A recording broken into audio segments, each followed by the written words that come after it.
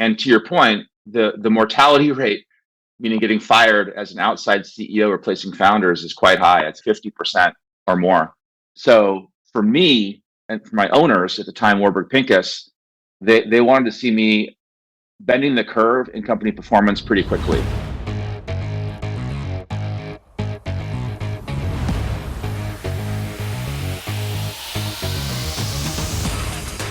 Good morning, good afternoon, or good evening, depending on where you're listening.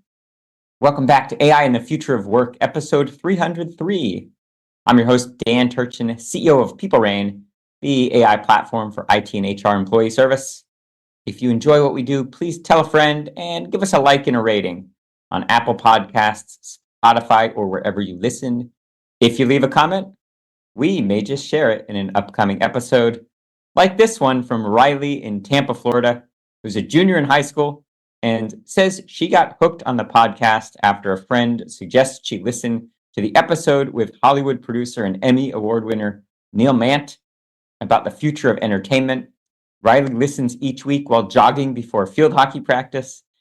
Hey, Riley, thanks for listening and good luck with field hockey. If you haven't heard it, go listen to that amazing episode with Neil in the archives. We learn from AI thought leaders weekly on this show.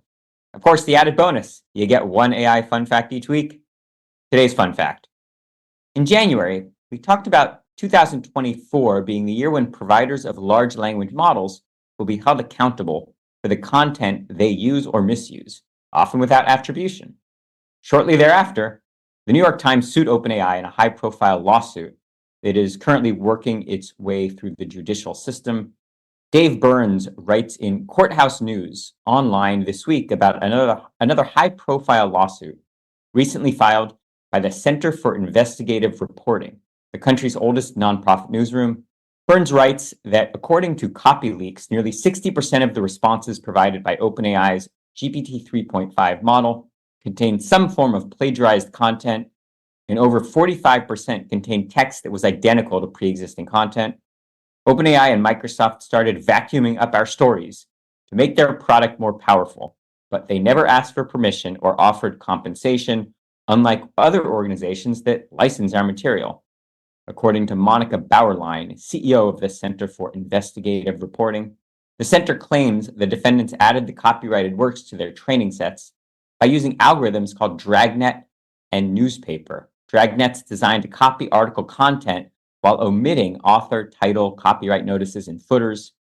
And the center claims that while the newspaper algorithm allows a user to extract title and author information, they, OpenAI that is, choose not to do so in order to maintain consistency with Dragnet standards. My commentary here, expect much more of this ahead, and don't be surprised when the cost of these lawsuits and the subsequent licensing deals that will follow are passed along to us as consumers of products that rely on these LLMs, these large language models. This one's particularly relevant for today's conversation. Of course, we'll link to the full article in the show notes. Now, shifting to today's conversation. Caren joined Turnitin in 2009 as CEO, all but created the category of education technology for academic integrity and writing analysis. The company was subsequently acquired in 2019 by Advanced Publications for $1.75 billion. Chris led the transition of Turnitin from a company focused on plagiarism prevention to one that provides solutions that promote academic integrity, streamline grading and feedback, and improve outcomes across educational levels and content areas. Chris previously worked for Microsoft as GM of Business Solutions. He holds an MBA with distinction from Kellogg at Northwestern, a BS in Engineering from Stanford, and is a frequent contributor to CNBC, among other media outlets. Without further ado, Chris, it's my pleasure to welcome you to AI and the Future of Work. Let's get started by having you share a bit more about that illustrious background and how you got into the space. Sure. It's great to be here, Dan. Thanks for the invitation. I was very lucky to have two parents who were scientists and instilled in me a great amount of curiosity. My dad he was a physicist, but also a computer hobbyist. So he introduced my brother and I to computers way sooner than most kids had a chance. We started out having dial-up access to a mainframe computer to learn how to do basic programming as grade schoolers. And he also brought home the very first PC that predated Apple's original PC. So we were really early into learning about the kind of power of computing and of software programming. I studied engineering, not computer science. Had I did it over again, I probably would have reversed that. But regardless, I went straight into computer programming after graduating college and have been in software basically my entire career. As you mentioned, prior to my current now 15-year tenure at Turnitin, I was at Microsoft. Really enjoyed the time there. It was led not by Satya Nadella at the time, but by Steve Ballmer, who was, I think, using the outdated strategy of Bill Gates at a time when it needed a revamp. So while the company performance was subpar, it was a great group of people to learn from, a lot of talent, a lot of great products. But I was feeling like, despite learning a lot and working on some interesting technology problems, the time around financial applications for businesses and CRM solutions for sales and marketing, I didn't feel like the career legacy of working on those kind of solutions was what I wanted. So I decided I wanted to look outside of Microsoft, not to start a company, but to join and lead a company in a more meaningful industry. So I thought about education, what software could do there. I thought about applications of software in health sciences and health discovery, and also in energy transformation. And was very fortunate in 2009 to be offered the job to join Turnitin, which at the time was about 50 people, focused primarily on preventing and policing plagiarism in US higher ed. And fast forward 15 years, we've expanded into many different assignment types, not just written work, but paper-based problem sets in math or in biology, secure assessment for taking exams online to be a nurse or a lawyer or a doctor. And we're very global. Today, we reach over 70 million students around the world, which is probably the largest footprint of any paid educational product, maybe beyond Microsoft Office or Google Apps. And it's been a tremendously rewarding journey. The job changed dramatically 2.5 years ago when ChatGPT launched, where overall, I'm very bullish on AI's impact on the world and on education, but it also opens up new routes for student misconduct or student outsourcing their work to AI versus doing it themselves. So that's made my job very different. It's made our product strategy much changed and it made the job newly exciting for me. So I'm happy to talk about any of that in the time we have. Amazing 15-year run at Turnitin. You talked about how the company has changed, certainly since the introduction of large language models, but I'm equally interested to hear how the company has changed you. What have you learned about yourself as an entrepreneur, as a leader since 2009? I've learned the importance of hiring the right team under you. That's more important. Honestly, that the team that reports to the CEO is more important than the CEO, in my opinion. And I used to focus on finding the best possible talent by position, best possible CFO, CTO, et cetera. And we've been owned by private equity for most of the last 15 years. To your point, Advanced Publications acquired us a little over 5.5 years ago. But prior to that, we were in private equity. And as you may or may not know, being in private equity means you tend to be bought and sold every 4 to 6 years. And typically when that happens, you have a lot of exec turnover. Either people want to leave to do something else because they've made a good amount of money, or the company needs a next level leader in a particular job.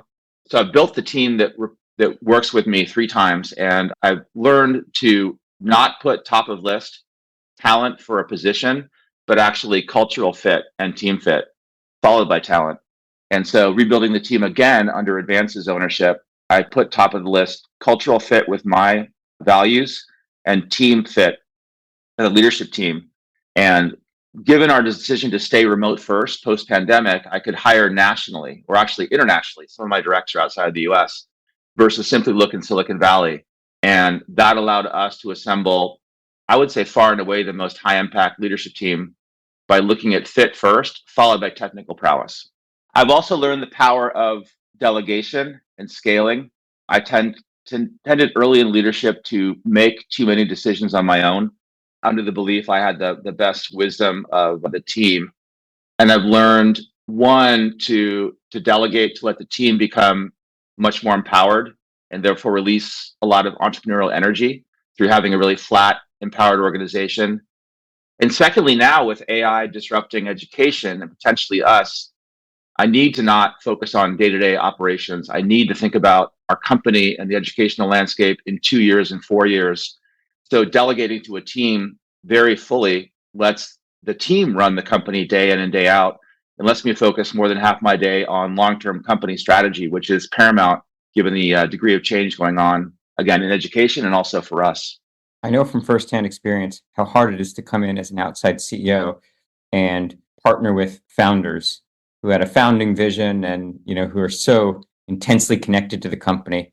What has been the secret to your success taking over a company that wasn't yours from inception? Yeah, it's very important to respect what the founders have built, who the founders have hired, the culture they've created. Incredibly important. First thing was to embrace all they've done and make them feel like they're still a very important part of the company. There were 4 founders when I joined. They subsequently retired one by one, the last one going almost 9 years under my time there. So respect what they've done, learn from them, their history, what's worked, what hasn't worked. Understand if you were to move founders out, the team they've hired potentially becomes at risk as well. So just embracing all they've done and giving them credit was super important. And then discovering, where they lack experience or skills. In this case, it was really to grow the company beyond its initial market and to grow the product portfolio beyond its founding innovation. So my goal was to add value around the founders, and as they transitioned out, rehire people that could do what they did in a more experienced point of view, because all 4 founders, this was their first job. But that worked very well. I'm still good friends with all 4 of them. We get together every so often just to catch up.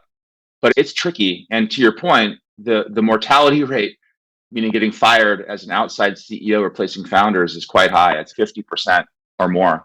So for me and for my owners at the time, Warburg Pincus, they wanted to see me bending the curve in company performance pretty quickly, showing I could be a value add to the founders and have it show up in how fast we grew and how better a growth strategy we had. Doing that in partnership with the founders is super important. Making them feel like partners of mine was important.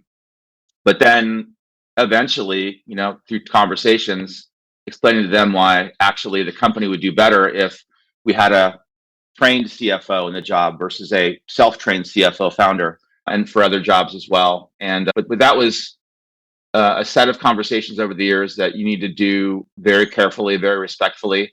And fortunately, it went well for the company and for me. I hope you write a book sometime or otherwise publish what's worked. It's truly a unique story. I know it's one that's still being told, but amazing work. Yeah.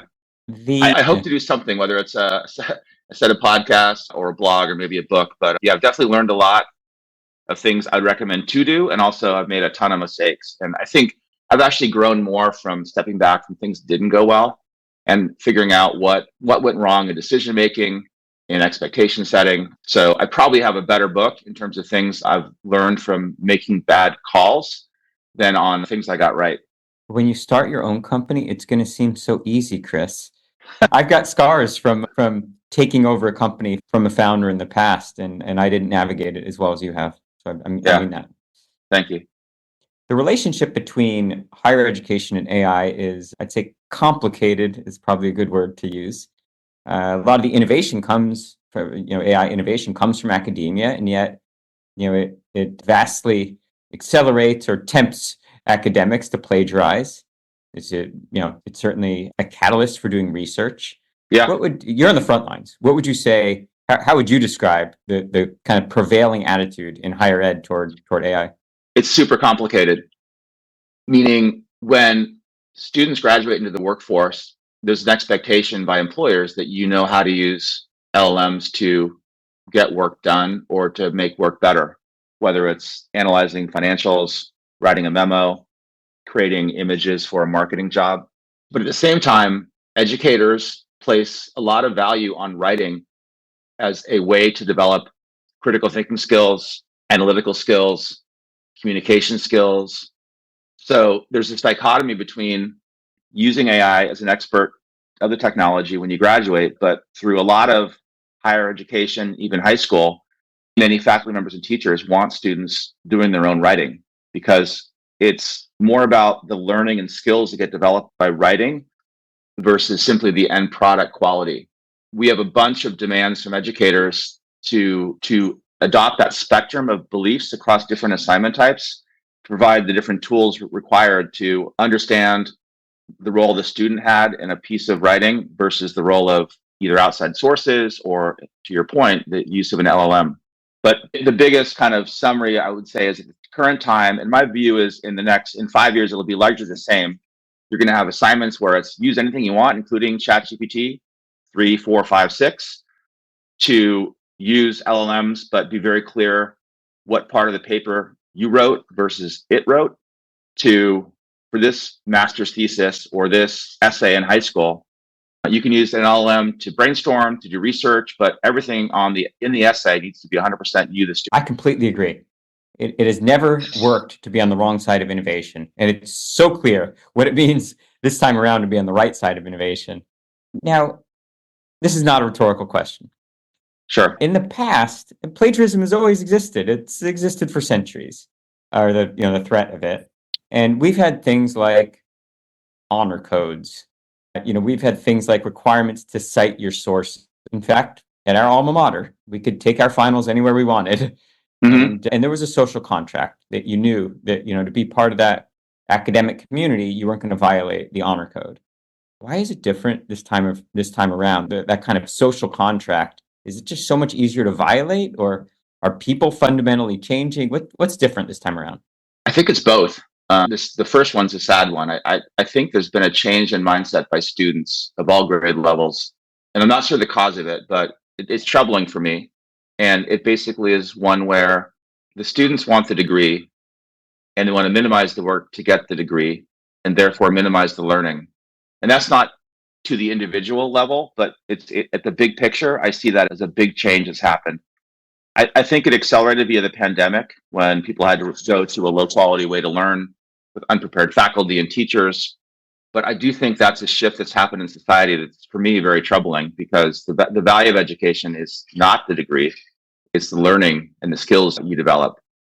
Yes, AI has made it easier to have your problem set done by a shortcut, your essay written by a shortcut, or your test taken by a shortcut. But the bigger thing for me, which I'm concerned about, is this mentality shift away from the learning towards simply the credential.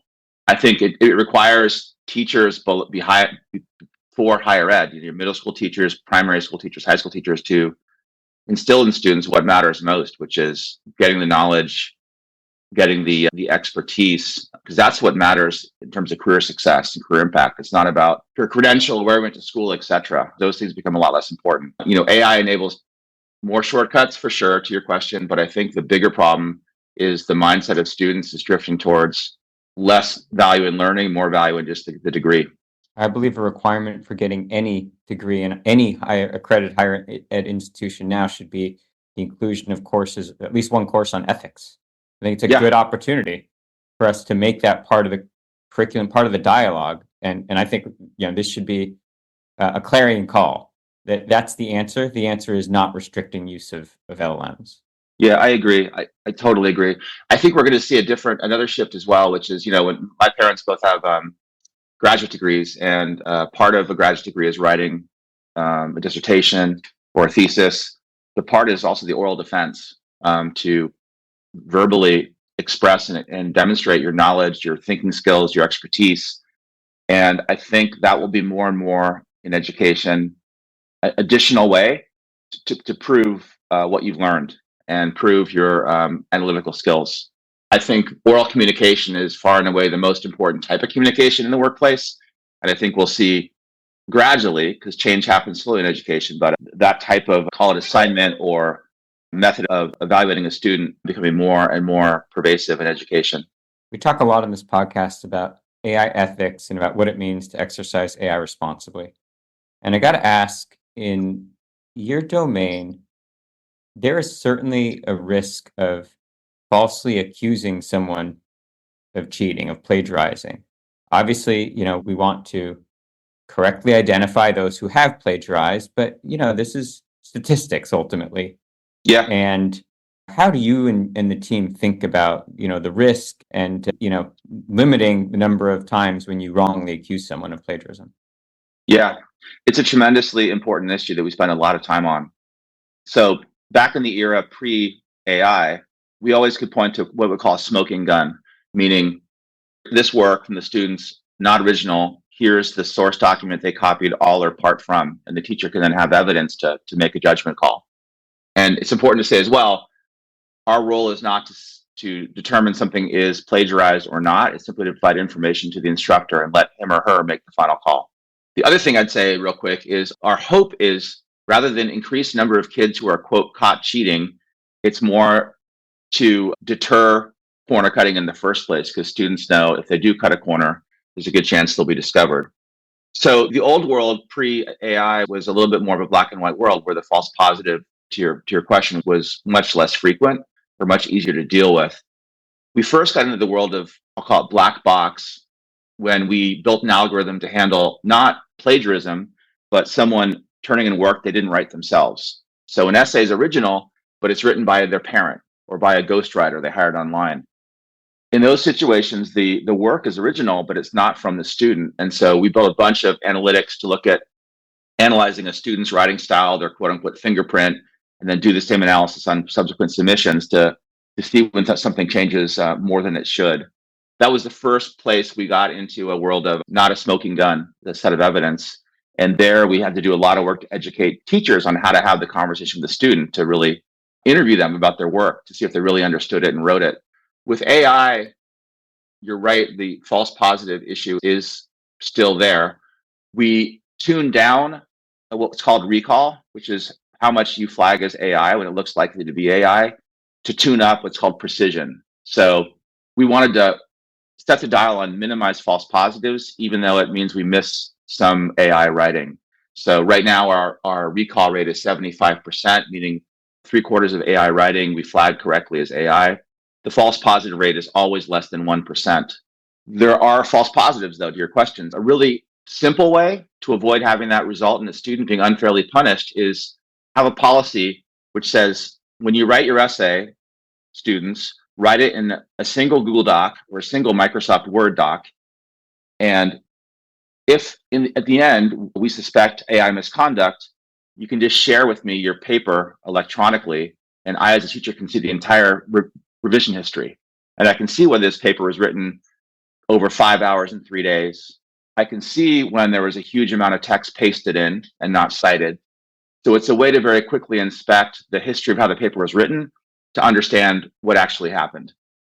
And if that policy is followed, false positives or falsely convicting a student of misconduct should very rarely happen. We're building a similar kind of technology, which we talked about in our blog, to automate that process. So we'll have basically our own version of Microsoft Word online or Google Docs. And the student writes there, we'll understand exactly how the paper was written and provide that data to this instructor in a much more time efficient way to analyze the writing process, to know exactly what the student wrote, what they copied in, didn't cite, and also what looks like the student typed it, but they were hand copying. They weren't actually writing it themselves.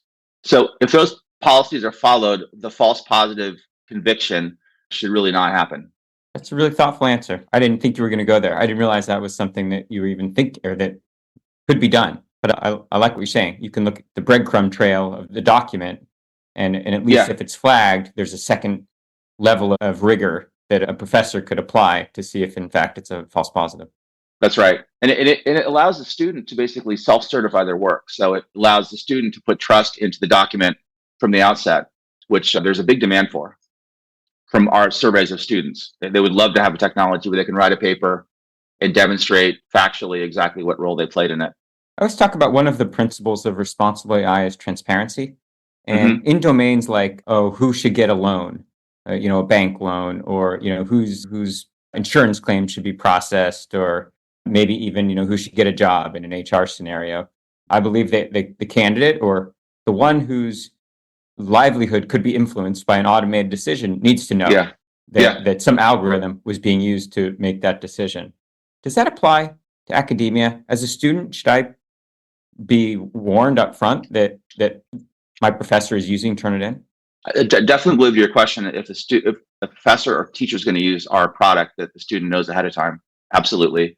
And in many cases, in the course catalog, it says, in this course we use Turnitin, and if you object to that, don't take the course, or we'll give you a way to do your work in class. That's very rare. So I definitely believe in that transparency. The point you bring up is a really important one, because in certain uses of algorithms, is my loan approved or rejected? The law requires if you reject an applicant, you can explain exactly why they were rejected. It was your income, it was your credit history, it was an event that happened. LLMs are truly a black box. You can't take a result and explain why it wrote this and not something else. So that's a challenge with the way an LLM works. It's also, very akin to how the human mind works. If you ask me why I decided to wear a blue checkered shirt this morning, I can't explain it to you factually. I just chose in the moment to do that. So a challenge with LLM output, if you applied it to approving or denying loans and the losses, you got to explain why it was approved or denied quantitatively. You just can't. It does not work that way today, and it probably doesn't work in the future under the way large language models are currently trained and architected. So it's a new paradigm. Absolutely. And kind of building on that theme, a little bit of editorializing, but hey, we're now friends. I feel making students fearful or feel like, they are not trusted by default with, the authenticity of their work is a different paradigm than what they'll experience when they enter the world of work. You alluded to this earlier. They're going to be expected to know how to use these tools to, as co-pilots, as thought partners, and it will be expected that, ethics that hopefully they learned in their education, will apply to the workplace. Will there be a time when, instead of questioning the authenticity, like, professors are encouraging the use of these tools, but obviously done in a way that doesn't involve plagiarism? But do you think the tone in academia will shift to where, it's accepted that, you and I grew up using encyclopedias and nobody really feared that we were using encyclopedias to learn? Will AI just infiltrate higher ed like it, is already doing in the workplace?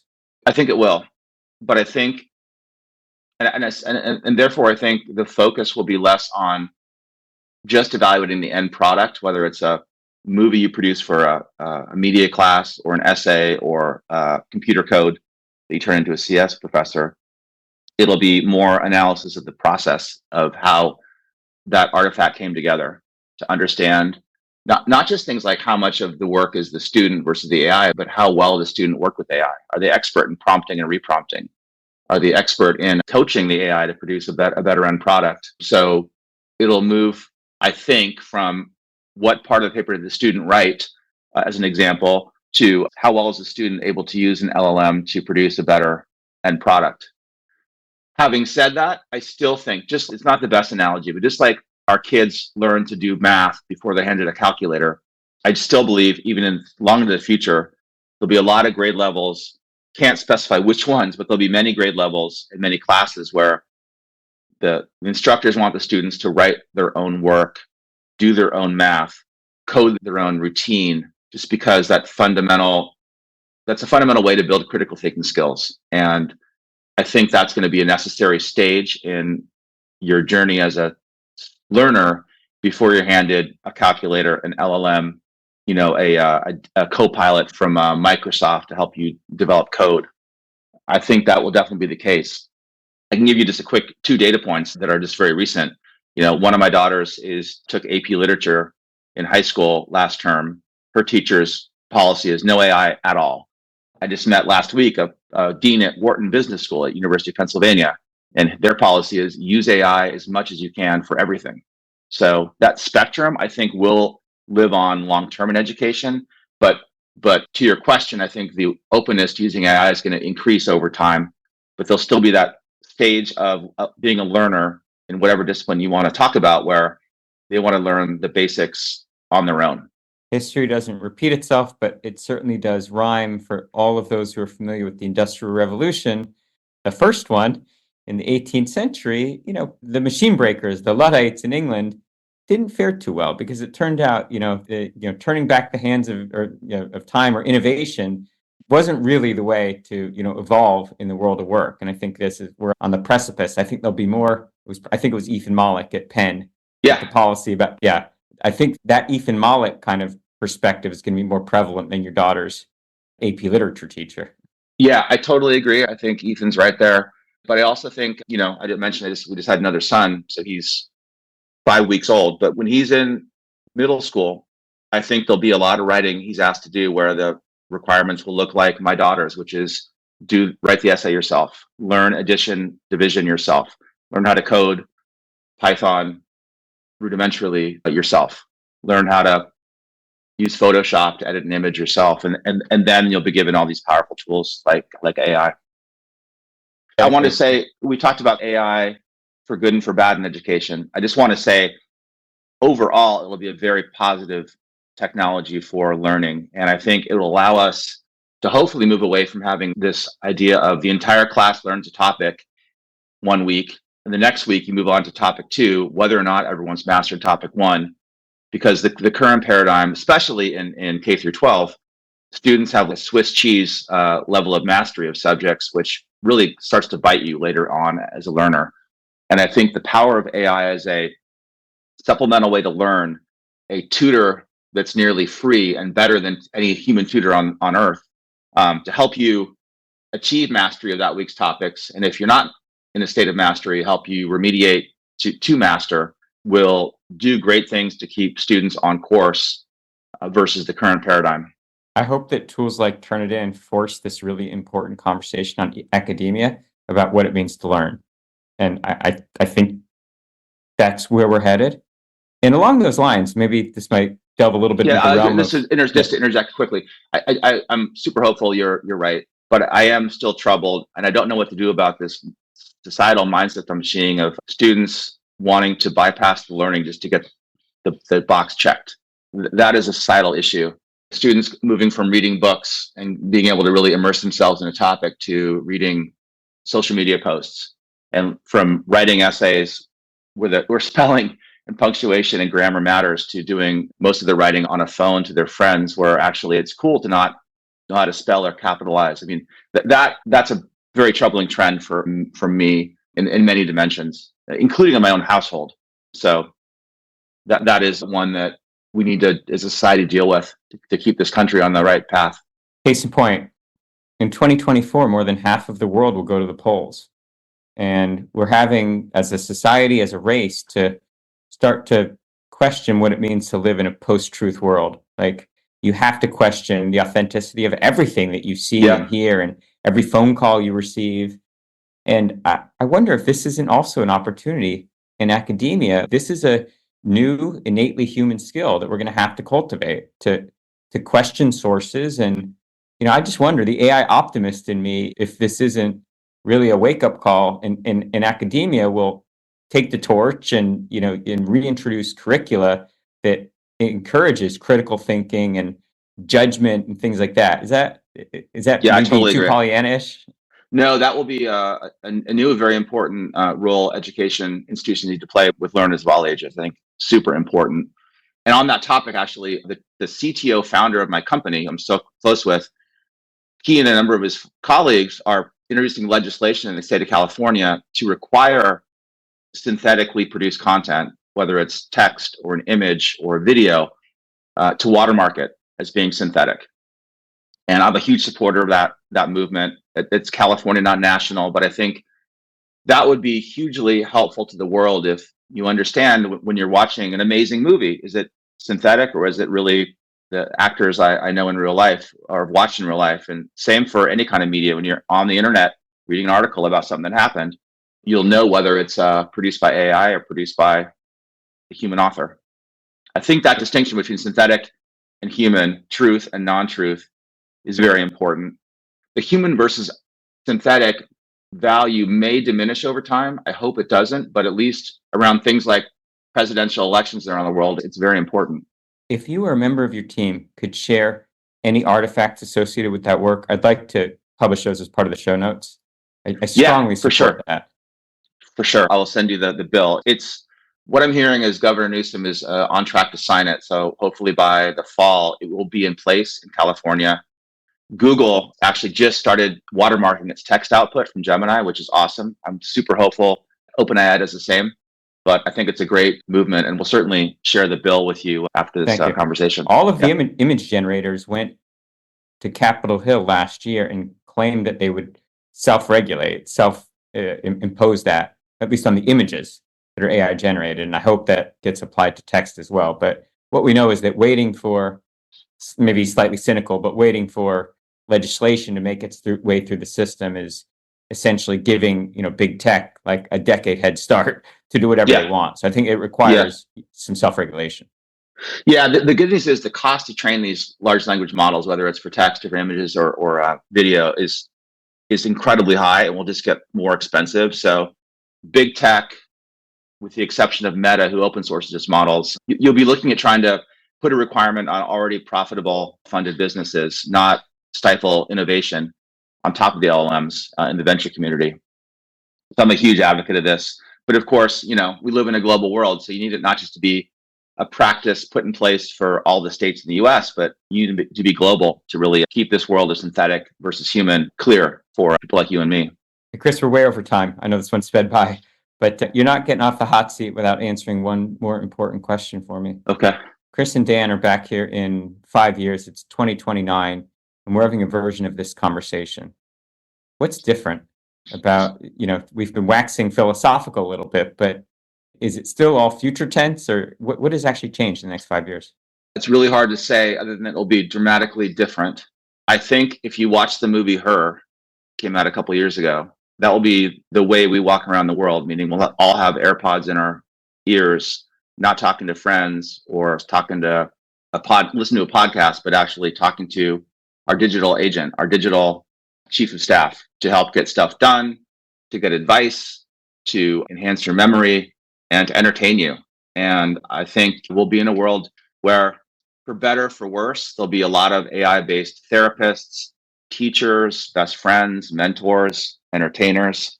I think education will be positively impacted. I think productivity of primarily white-collar jobs will be materially higher, which is good for wealth and reducing poverty around the world.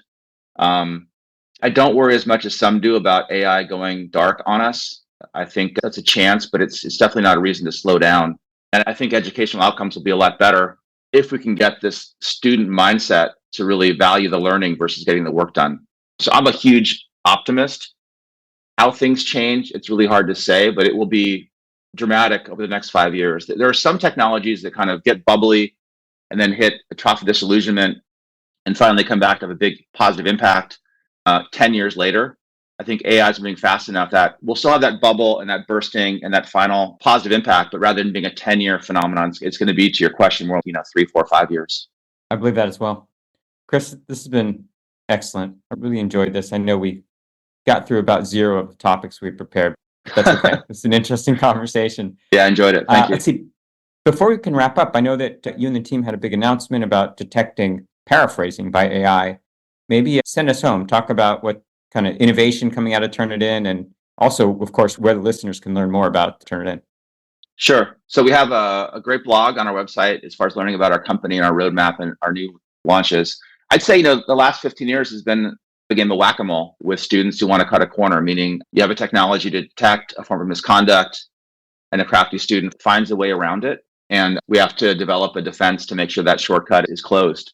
We found there are sites now that are basically built and marketed as ways to get around our AI indicator, meaning if you use ChatGPT to write your essay, pay a couple dollars, let this third-party app humanize the essay or AI paraphrase it to remove the signature of LLMs. And so we built an algorithm that learns how these AI paraphrasing sites reword an essay, an AI-generated essay, so that if you are a student and you use ChatGPT followed by an AI paraphrasing engine, we can detect that. So it's just trying to stay one step ahead of students at the bleeding edge of misconduct. And that's been something we've been doing for 15 years, and we'll be doing again in 15 years as a company. Again, our desire is less about catching more students and much more about discouraging a motivation to cut a corner in the first place. Chris, as a parent, as a human, I'm rooting for you and the team. You're doing great work. Where can the audience find more about Turnitin on socials? We have a channel on or presence on LinkedIn. So I'd recommend going there first. We have a great blog on our website. Those are probably the two best places to look, I would say. Amazing work. I'm looking forward to that sequel to this one already. Yeah, it'd be great, Dan. I look forward to it. Thanks for the Likewise. invitation. I appreciate it. You bet. Really enjoyed this. That's all Okay. the time we have for this week on AI and the future of work. As always, I'm your host, Dan Turchin from PeopleRain. And of course, we're back next week with another fascinating guest.